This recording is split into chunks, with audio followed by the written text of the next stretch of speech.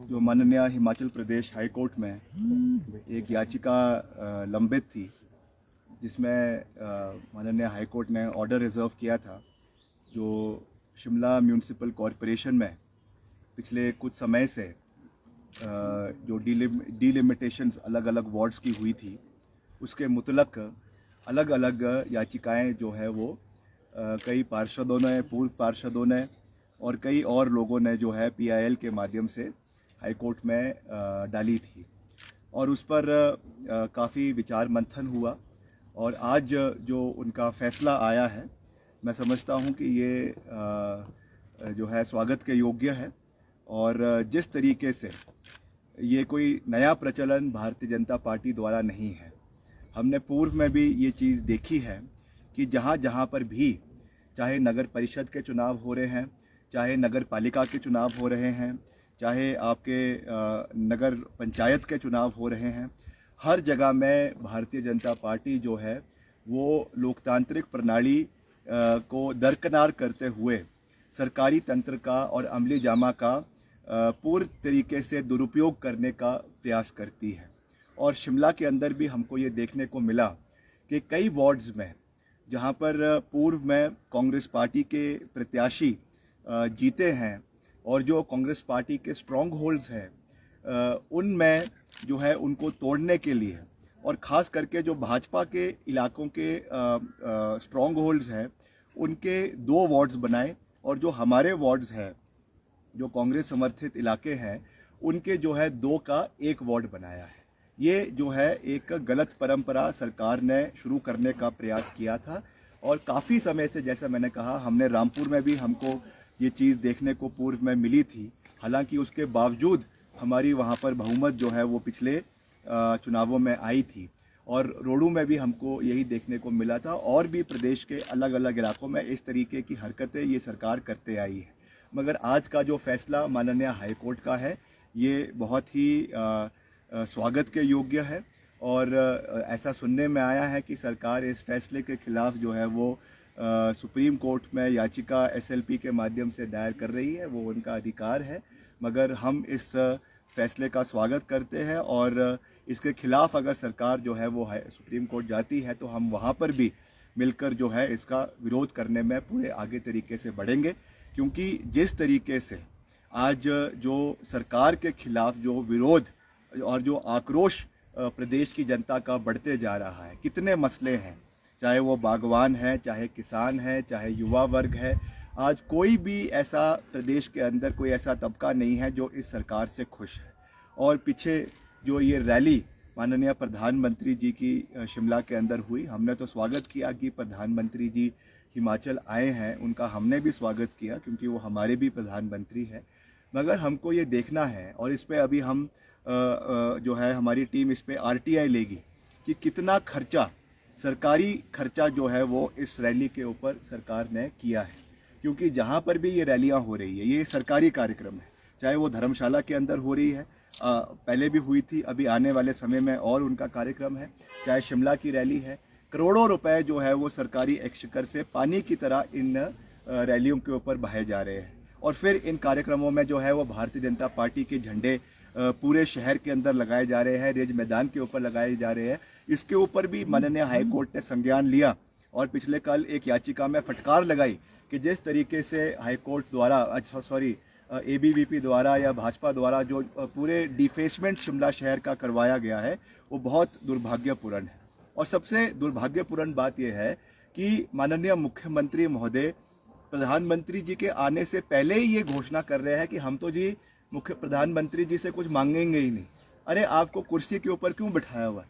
इसलिए बिठाया हुआ है कि आप हिमाचल प्रदेश के हितों की रक्षा करें।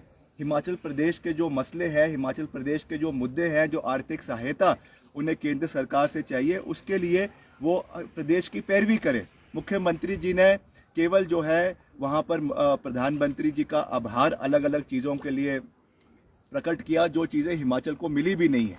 और वहाँ पर एक भी चीज़, चाहे वो नेशनल हाईवे है, चाहे वो कोविड के समय में कोविड रिलीफ की बात है, बागवानों किसानों के लिए आपके आर्थिक पैकेज की बात है, चाहे वो इंपोर्ट सब्सिडी को सेब की इंपोर्ट सब्सिडी को बढ़ाने की बात है, चाहे आपका नेशनल हाईवे की बात है, ओपीएस का मसला। बहुत से हमारे कर्मचारी इस ताक में थे कि प्रधानमंत्री जी हिमाचल आएंगे तो हो सकता है कि ओपीएस के ऊपर कोई ना कोई जो है वो जो है घोषणा करें या कोई ना कोई अपनी बात केंद्र सरकार की ओर से रखे।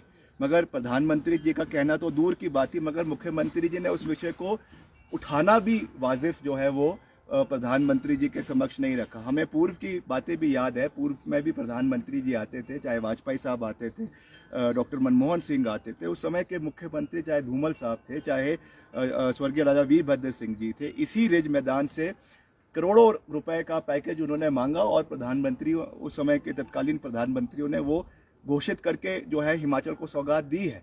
तो ये नया प्रचलन क्या शुरू हो रहा है कि ना हम मांगेंगे और ना देने वाला देगा। तो ये चीज़ें हिमाचल प्रदेश के हित में जो है वो बिल्कुल भी नहीं है और इस चीज़ की हम कड़ी रूप से जो है वो निंदा करते हैं। और जो ये सीबीआई का मसला है, मैं समझता हूँ कि इसमें भी महज औपचारिकता सरकार ने जो है वो निभाई है। अभी विधानसभा का सत्र नहीं है, वरना हम सभी विपक्ष दल के जो विधायक है वो सरकार से वाइट पेपर मांगते कि आपने कब सीबीआई को इसके बारे में लिखा। आज करीबन 15 से 16 दिन जो है वो हो गए हैं, अभी तक सीबीआई की कोई भी टीम जो है वो हिमाचल नहीं पहुंची है। क्या मिनिस्ट्री ऑफ होम अफेयर्स ने इसका संज्ञान लिया है? क्या अप्रूवल जो है वो होम मिनिस्ट्री से मिला है कि नहीं मिला है? इसका स्पष्टीकरण जो है वो मुख्यमंत्री जी को देना चाहिए। और इसमें जो भी अफसर जो इसमें इन्वॉल्व है, जो एसआईटी में भी कई ऐसे अफसर हैं, मैंने पहले भी ये बात करी है, कई ऐसे उच्च अधिकारी हिमाचल प्रदेश पुलिस के हैं जो संदिग्ध के घेरे में हैं, अभी भी उनके ऊपर कोई कार्रवाई नहीं हो रही है। आपने जो है 2-4 इसमें कम से कम जब पहले सीबीआई आई थी तो आपने कम से कम एक उस टाइम में जो ये लकड़ी का चरानी था उसको कम से कम पकड़ा। अभी तो बिना किसी इन्वेस्टिगेशन के कोई 2-4 बिहारियों को पकड़कर जो है इन्वेस्टिगेशन को बंद करने का प्रयास किया जा रहा है।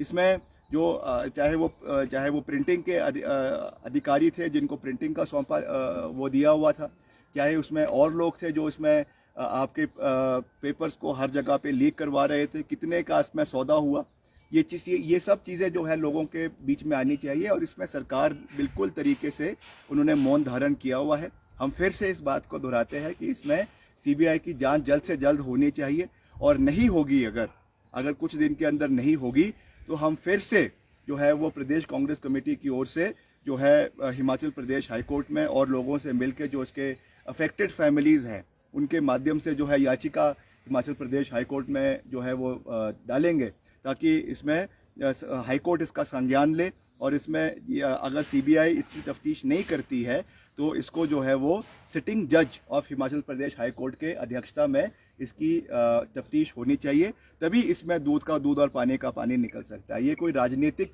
रोटियां सेकने के लिए हम ये बयानबाजी नहीं कर रहे हैं। This is a matter of grave importance.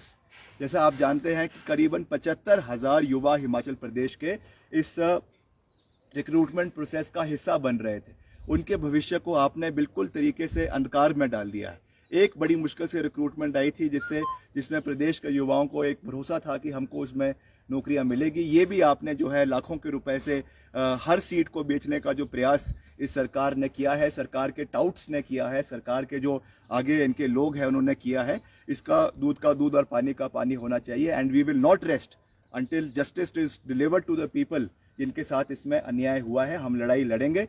अगर सरकार इसमें सीबीआई की इंक्वायरी जल्द करवाती है तो अच्छी बात है, नहीं करवाते तो हम फिर से हाई कोर्ट का दरवाज़ा खटखटाएंगे और माननीय हाई कोर्ट से जैसे आज उन्होंने एक अच्छा ऑर्डर जो है वो सरकार की लोकतांत्रिक प्रणाली के खिलाफ दिया है, वैसे ही हम फिर से हाई कोर्ट का दरवाज़ा खटखटाएंगे। और हमें विश्वास है कि हाई कोर्ट के माननीय न्यायाधीश इसमें जो है वो सही का समर्थन करते हुए इसमें न्यायपूर्वक जांच आने वाले समय में करवाएंगे। विक्रमादित्य जी, 29 तारीख को आपने एक बयान दिया था। आपने कहा था कि आप एक जनसभा को भी संबोधित कर रहे थे। आपने कहा था मेरा उद्देश्य है युवाओं को आत्मनिर्भर बनाना। आपका भी लगभग 4.25 वर्ष का कार्यकाल एक विधायक के तौर पर हो चुका है। शिमला ग्रामीण के आपके कोई 2-3 काम जो ये दर्शाएं कि आप युवाओं को आत्मनिर्भर करने की तरफ कार्य कर रहे हैं? देखिए ऐसा है, जहाँ तक रोज़गार देने की बात है, मैंने पहले भी ये बात करी है, that is not under the domain of N MLA. वो भी विधायक का वो भी विपक्ष का विधायक रोज़गार देने में ज़्यादा योगदान प्रदेश के अंदर नहीं दे सकता है। मगर ये ज़रूर है, हमने ये कहा है कि जहाँ तक डेवलपमेंटल एक्टिविटीज़ है, मैंने आंकड़ों सहित ये बात कही है कि सरकार के योगदान से भी और खुद सबके साथ समर्थन से करीबन 90 करोड़ रुपए के विकास कार्य हमने विपक्ष में रहते हुए भी शिमला ग्रामीण के अंदर करवाए हैं। और चाहे उसमें विधायक प्राथमिकताएं की सड़क है, चाहे उसमें नाबार्ड की सड़कें हैं, चाहे उसमें एमएलए प्रायोरिटी है, चाहे उसमें विधायक निधि के माध्यम से जो काम हुआ है, उसमें भी निश्चित तौर से स्थानीय लोगों को रोज़गार मिला है। क्योंकि जब काम होना शुरू होता है तो कहीं ना कहीं कॉन्ट्रैक्ट या ठेके या उसमें जो आउटसोर्सिंग होती है वो लोकल युवाओं की होती है। मगर बड़े स्तर पे जिस तरीके से हमारा एक सपना इस इलाके के लिए है कि चाहे वो टूरिज्म से रिलेटेड है, चाहे वो जॉब फेयर से रिलेटेड है, मुझे याद है जब पीछे हमारी सरकार थी उस समय हमने 2 जॉब फेयर जो है वो शिमला ग्रामीण में लगवाए थे, जिसमें सारे एमएनसीज को हमने हिमाचल प्रदेश के चाहे फार्मा सेक्टर है, चाहे ऑटोमोबाइल सेक्टर है, उनको उसमें आमंत्रित किया था। और मैंने उस दिन भी ये कहा है कि जब हमारी सरकार बनेगी उसके 1 महीने के अंदर अंदर हम एक अच्छा जॉब फेयर जो है वो इस इलाके में लगाएंगे और यहाँ के टूरिज्म एवेन्यूज़ को भी आने वाले समय में एक्सप्लोर करने के लिए अपना पूरा योगदान देंगे। चाहे उसमें होम स्टेज है, चाहे उसमें एडवेंचर स्पोर्ट्स है, चाहे पैराग्लाइडिंग है, पैरासेलिंग है, और भी जो चीज़ें हैं उसको हमें बढ़ावा देने की आवश्यकता है। अभी मैं देख रहा था कि आज के अखबार में एक बड़ा अच्छा इनिशिएटिव जो है मनाली के अंदर लिया गया है, एक जो है वो ओपन स्काई रेस्टोरेंट। तो इस तरीके की चीज़ें इसीलिए इस इलाके में भी हो सकती है। मनाली क्योंकि टूरिज्म पॉइंट ऑफ व्यू से बहुत विकसित है, मगर शिमला उस तरीके से जो है इतना डेवलप नहीं हो पाया है। इन चीज़ों को भी हमें आने वाले समय में इस पर ध्यान देने की आवश्यकता है। क्योंकि जैसा मैंने कहा कि सरकारी नौकरियां सबको नहीं मिल सकती है, इसलिए इन तरीके में इन एवेन्यूज़ को आगे आने वाले समय में बढ़ावा देना बहुत आवश्यक है, जिस पे हम पूरा ध्यान जो है वो युवाओं के लिए आने वाले समय में रखेंगे। विक्रमादित्य सिंह जी, जिस तरह हाईकोर्ट ने पुनर्सीमांकन के अब आदेश भी दिए हैं और इसमें जाहिर सी बात है कि जो कमिश्नर रूल है वो भी शिमला में लग सकता है, आप इसका समर्थन करते हैं क्या? देखिए, जो मैंडेट है इस हाउस का, वो मेरे ख्याल से 16 या 17 जून तक है। तो स्वाभाविक है कि इस ऑर्डर के बाद अब वो प्रक्रिया जो है वो पूरी नहीं हो सकती है, क्योंकि फिर से डिलिमिटेशन का प्रोसेस शुरू करना पड़ेगा और वो करीबन 1 महीना तो उसमें मेरे ख्याल से लगेगा ही। बाकी इलेक्शन कमीशन उसके बारे में बेहतर कह सकता है। मगर जब हमारे हाउस का टर्म ख़त्म हो जाएगा तो स्वाभाविक है कि एडमिनिस्ट्रेटर जो है वो सरकार द्वारा लगाया जाएगा। वैसे तो लगना नहीं चाहिए, क्योंकि लोकतांत्रिक प्रणाली में एडमिनिस्ट्रेटर लगाना ये कोई अच्छी चीज़ नहीं है। मगर फिर भी क्योंकि अब हाईकोर्ट का इसमें दखल अंदाजी हुई है और सरकार की जो कार्यप्रणाली है वो आप लोगों के सामने है, तो जितने जल्दी ये प्रोसेस ख़त्म हो जाए, हम चुनावों के लिए तैयार है। वो चाहे उसको 15 दिन के अंदर ख़त्म करे, चाहे 20 दिन के अंदर ख़त्म करे, चाहे 1 महीने के अंदर ख़त्म करे। जब भी वो प्रोसेस ख़त्म होगा और फिर से डिलिमिटेशन के बाद नई प्रक्रिया चुनाव की शुरू होगी, हम पूरी तरीके से तैयार है। हम शिमला म्यूनसिपल कॉरपोरेशन में कांग्रेस पार्टी को जिताएंगे, कांग्रेस पार्टी जीतेगी एंड दिस विल बी एक टोन सेटर जो है वो अगले विधानसभा चुनावों के लिए हिमाचल प्रदेश के अंदर बनेगा। जिस तरह 41 वार्डों के जो पुनर्सीमांकन की जब अधिसूचना जारी हुई थी, हालांकि आरक्षण रोस्टर भी जारी हो चुका था, तब सुझाव मांगे गए थे, तब आपने सुझाव क्यों नहीं दिया, तब आपने आवाज़ क्यों नहीं उठाई? नहीं, हमने क्या, जिन लोगों ने इसमें अफेक्टेड है उनको लगा कि ये चीज़ें रखनी चाहिए, चाहे वो सिमी नंदा जी है, चाहे और लोग हैं, उन्होंने ये चीज़ें डिप्टी कमिश्नर के सामने रखी, मगर उनकी आवाज़ को अनसुना कर दिया गया। इसीलिए हाई कोर्ट का दरवाज़ा खटखटाना पड़ा। अगर सरकार उस समय सुन लेती, deputy commissioner who was working as a returning officer also, अगर वो उस चीज़ को सुन लेते तो हाई कोर्ट जाने की आवश्यकता ही नहीं पड़ती। जब उनकी आवाज़ को सिरे से जो है वो खारिज कर दिया, नकार दिया, तो उनके पास कोई ऑप्शन नहीं रही। That is why they went to the high court और हाई कोर्ट ने अब जो है अपना फैसला दिया है। इस तरह से 16-17 तारीख को धर्मशाला में भी